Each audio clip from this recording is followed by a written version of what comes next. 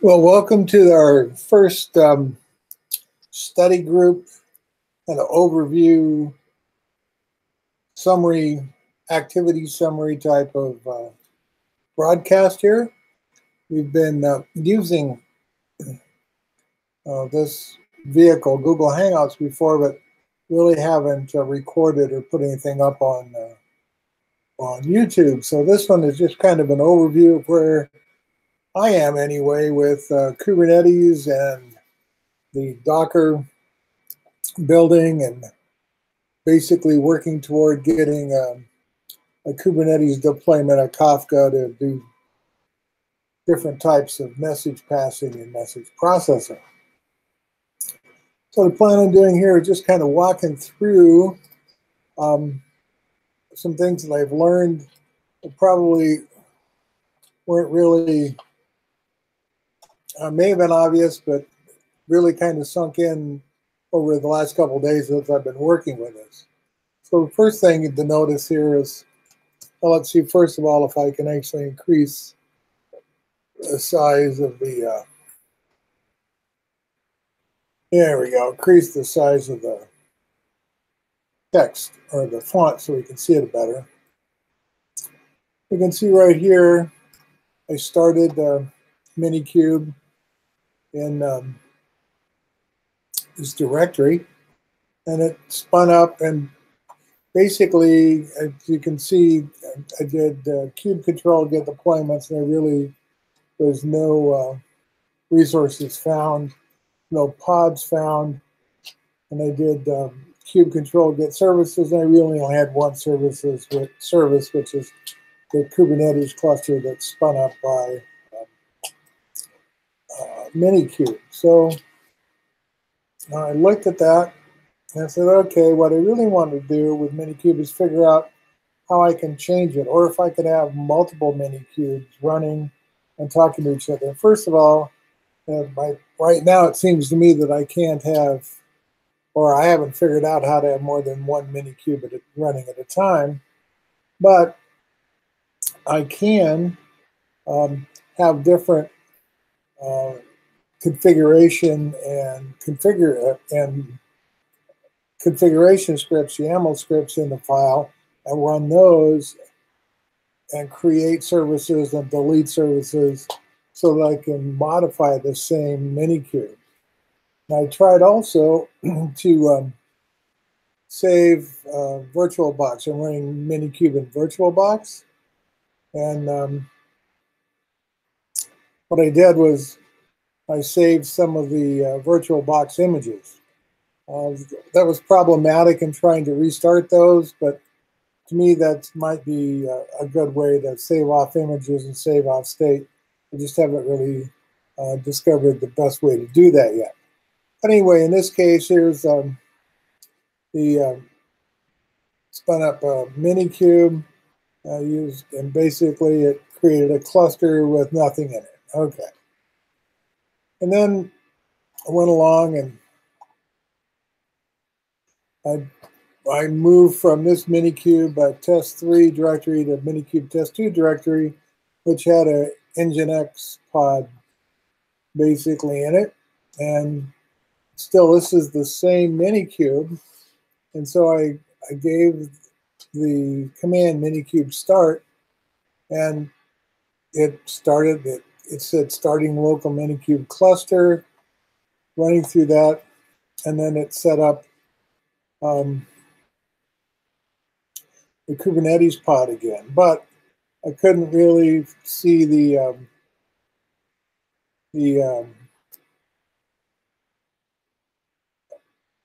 Nginx deployed, right?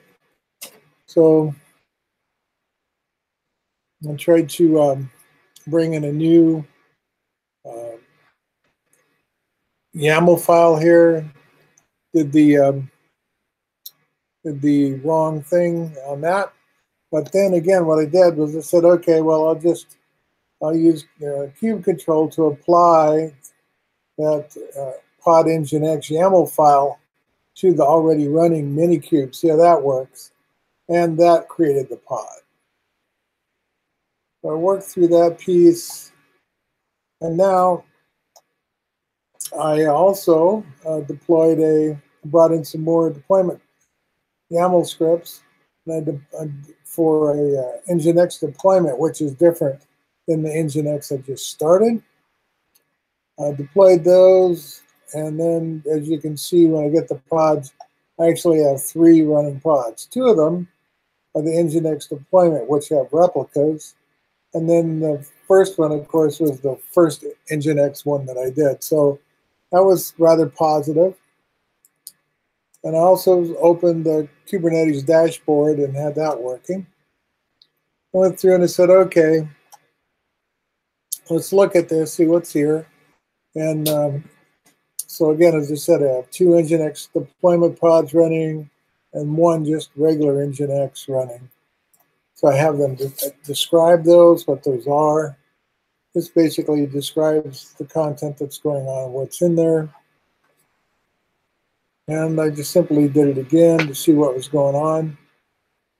I'm looking at this to get the names because what I'm going to do is I want to delete the first Nginx, the one that doesn't have deployment, right? So I tried that and I said, oh, no resources were provided with no name or label. So I have to figure out exactly how to tell it which one of those Nginx pods to delete and go through, work that a little bit more. Look at a couple more times. Up here somewhere, I delete it, I'm sure. Okay, so, right, so here I get the pods still in test 3. I get the pods. I still have 2 Nginx deployments and just 1 Nginx.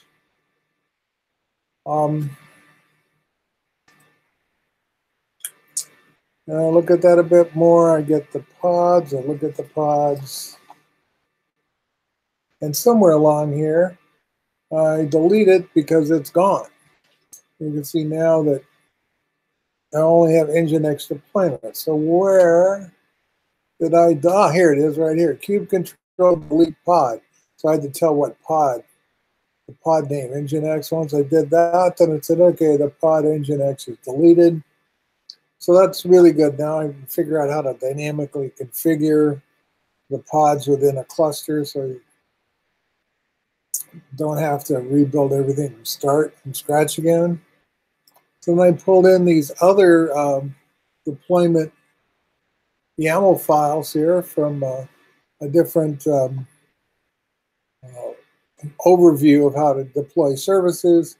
And it's a Redis type of front end that just shows you how to do deploy it, a message passing application using Minikube and Docker and Kubernetes. So these are the files.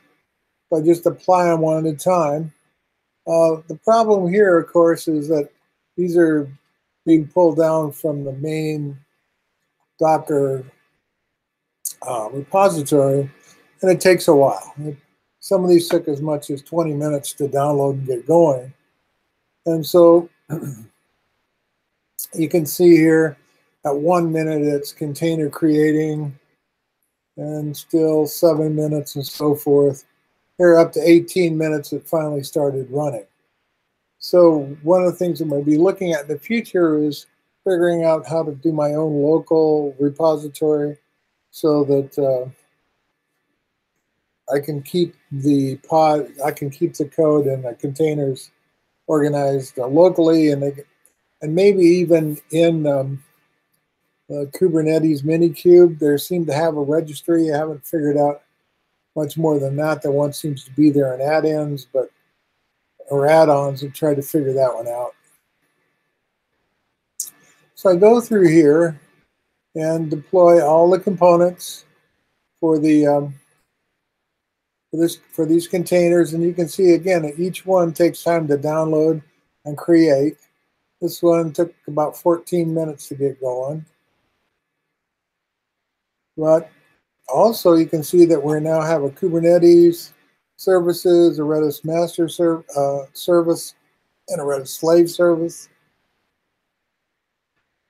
After those are all there, then we bring in this front end. So then again, we have 3 replicas on the front end, creating containers here.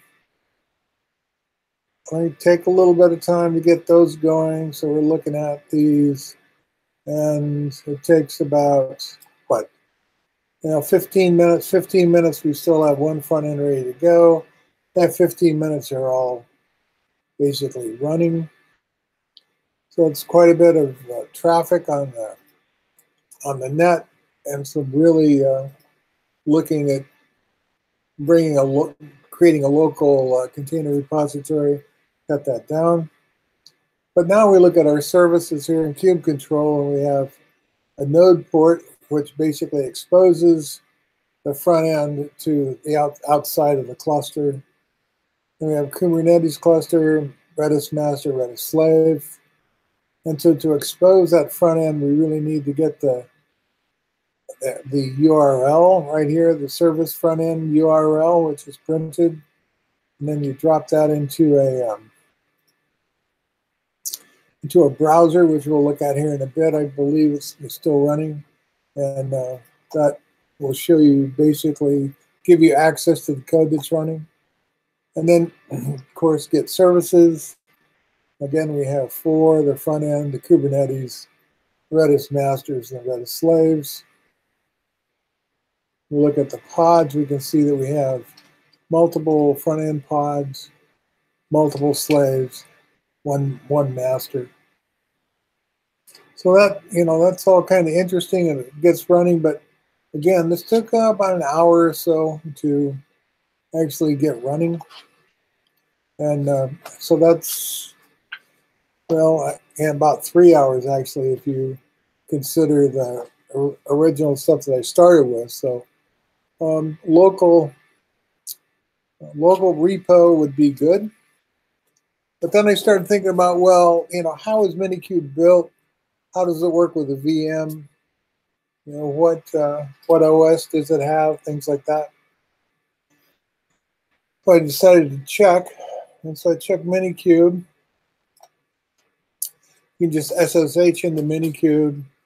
What we find here is basically it's a Linux Minikube, and when we use this command of OS release, we find out it's build root, which is a very small embedded Linux OS. It has image sizes from 1 megabyte, 5 megabytes, so it's very, very small, very fast. And that seems to be what's running Minikube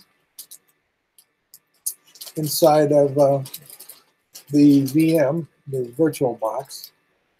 So that was interesting. And now we look again here at our deployment YAML files and the pods and the services. So that's basically got those running. There's no persistent storage here yet.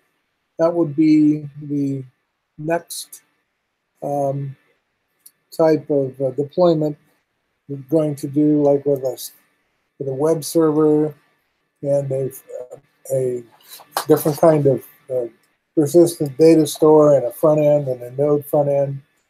Those are the types of things we need to do to deploy the ebook.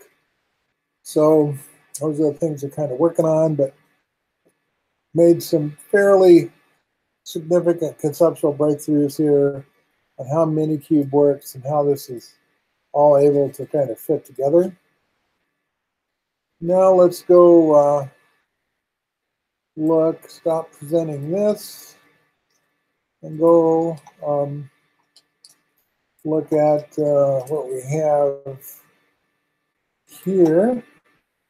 Okay, so what we have here, of course, is the dashboard. Minikube comes with a dashboard, which is kind of nice. It gives you the lot of information in very nice format, what's going on. So you start up here with the namespaces. So default is where you work, and these two are kind of specialty types of namespaces.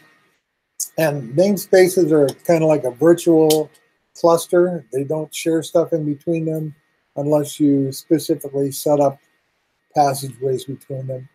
And you can see that this this specific cluster has been running about 20 hours. I've been moving things in and out of it, building packages, deleting packages, and so forth, trying to figure out how to actually work a little more efficiently with it. And so you can see our CPU usage, memory usage, the Minikube. The system volumes, we don't have any, but next time around we'll hope to have those roles and storage classes.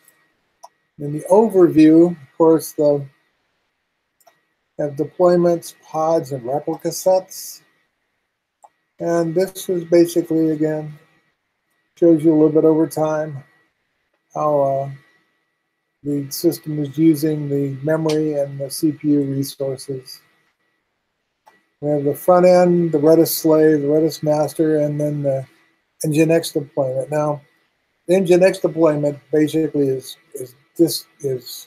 separate from the Redis, but it shows that you can have more than one type of distributed application in a cluster. It's something I want to look at a little bit more. And of course, here's all our pods, the memory usage, their core, the CPU core usage, how long they've been here working. As you can see, the Nginx deployment's a couple hours more than the front end, but the Nginx deployment's really not doing anything. There's nothing connected to it. We don't have databases. We don't have an active web server going yet. But this is was very instructive to me to get this far and see how it worked, what was going on. Let's see. So we got and ingress. We don't have an ingress server going. Services.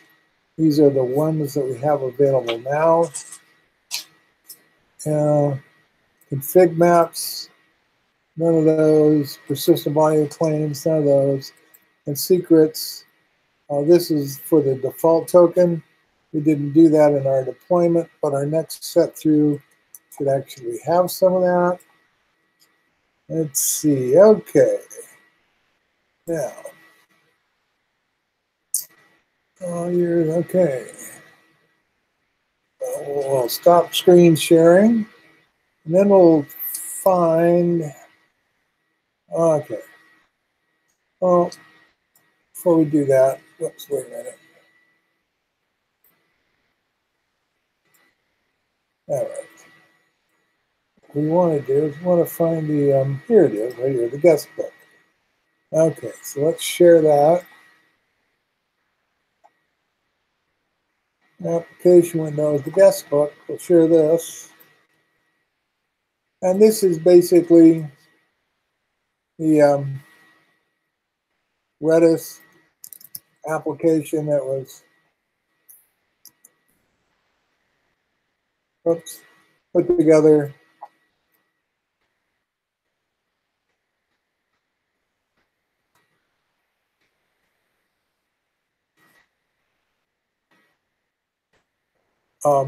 in the Minikube, and now it's serving using the through the, I think, Node port it was that it? It's out there. Yeah, the Node port, the front end on the Node port, basically what allows the browser to connect. And that right there is the URI that we get when we query the Kubernetes cluster. So it's all kind of working and going along. It doesn't demonstrate all of the capabilities of the Kubernetes cluster and Minikube cluster, but it's getting there. Okay, now let's look at something else. What we wanted to look at next was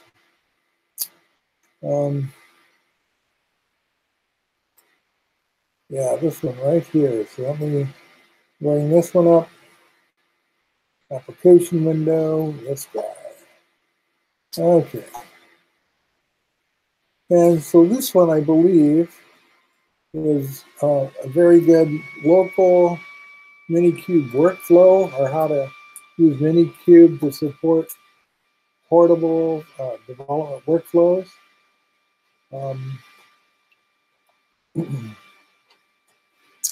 The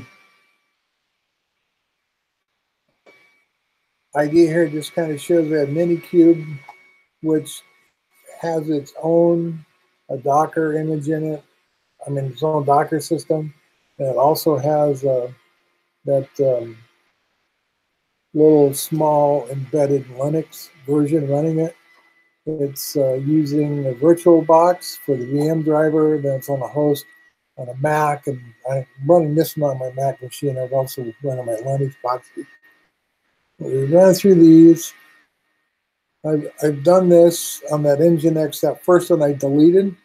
Actually, this was kind of went through and got this all working, but what I was trying to do was what this talks here about, avoiding endless push and pull to a remote repository, like on Docker Hub or something. So really going to try to get a local environment going next time around. And Minikube itself has its own Docker environment, so you can use that to build. And the way that I did this other one is I built it using this Minikube Docker environment, and it was great, but it was no repository. So I couldn't figure out how to use the repository add-on or any of that kind of material. So a lot of things to do to work with there. But when you get done, you basically build out a little web page and a little web service, and it's interesting. And these are the areas where I'm going to be working forward for next week. And I hope to have more for the Wednesday